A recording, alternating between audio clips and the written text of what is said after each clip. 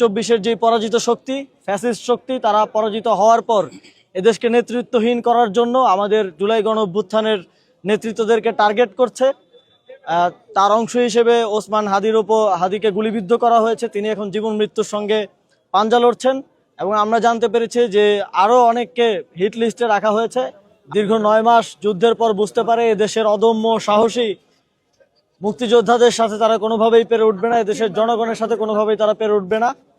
তখন পালিয়ে যাওয়ার ঠিক পূর্ব মুহূর্তে, আত্মসমর্পণের পূর্ব মুহূর্তে এদেশকে মেধাহীন করার একটি ঘৃণ্য ষড়যন্ত্র তারা করে এবং সেই ষড়যন্ত্রের অংশ হিসেবে 1971 সালের এই দিনে আমাদের বুদ্ধিজীবীদেরকে নির্মমভাবে হত্যা করা হয়।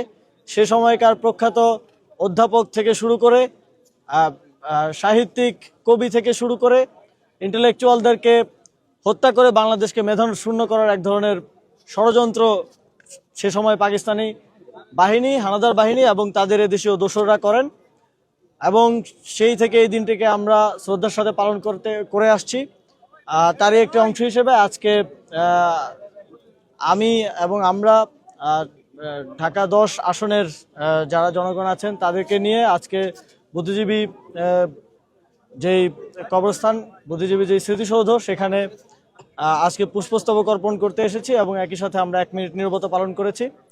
স্বাধীনতার 54 বছর পর যখন স্বাধীনতা যুদ্ধে আমাদের এদেশের সাহসী বীররা ঝাঁপিয়ে পড়েছিলেন, তারা যেই প্রত্যাশার জায়গা থেকে ঝাঁপিয়ে পড়েছিলেন সেখান থেকে প্রাপ্তির পরিমাণটা অনেক কম। তবে আমরা একটা স্বাধীন দেশ পেয়েছি, স্বাধীন ভূখণ্ড পেয়েছি এবং সার্বভৌম রাষ্ট্র পেয়েছি। সেটা প্রতিষ্ঠার লড়াইটা আমাদেরকেই গত 54 বছরও করে যেতে হয়েছে। সর্বশেষ এডিশন হচ্ছে 2024, যেখানে আরও শত সহস্র মানুষকে জীবন দিতে হয়েছে স্বাধীনতা এবং সার্বভৌমত্ব রক্ষার জন্য।